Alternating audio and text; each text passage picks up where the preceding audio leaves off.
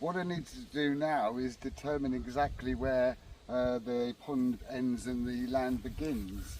A little bit of tramping. I suppose I'm going to let cut all this back, but it's not really necessary. It starts to slope up a bit there and here, and then the actual top bit is here. So if I just trample down some of this stuff here, and here, top bit, right here. So if I start here and cut off a few turfs. The first one is always the most tricky. Just get to the edge there and dig down. So all this soil was all put here by a digger when they dug the ponds. And I asked them, can you put the nice topsoil on the very top, like the swamp topsoil, which was all like full of swamp weeds.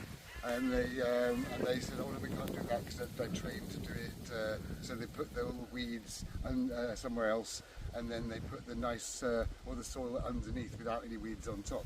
So I did manage to persuade them to put the first bit of scraping off the swamp, all the swamp weeds, underneath here, and then put the soil they wanted to on top.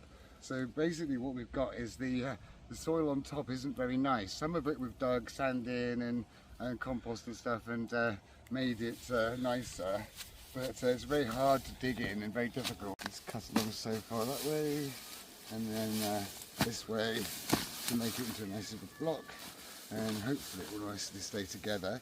And then if I remove this soil that's not so nice, then all the underneath stuff with all those sort of dead weeds and the topsoil from the swamp, they'll be then the top layer of the vegetable garden, and then the vegetable garden will be about 1.5 to 2 feet lower, like how I want it. Right, so let's see if that's going to work.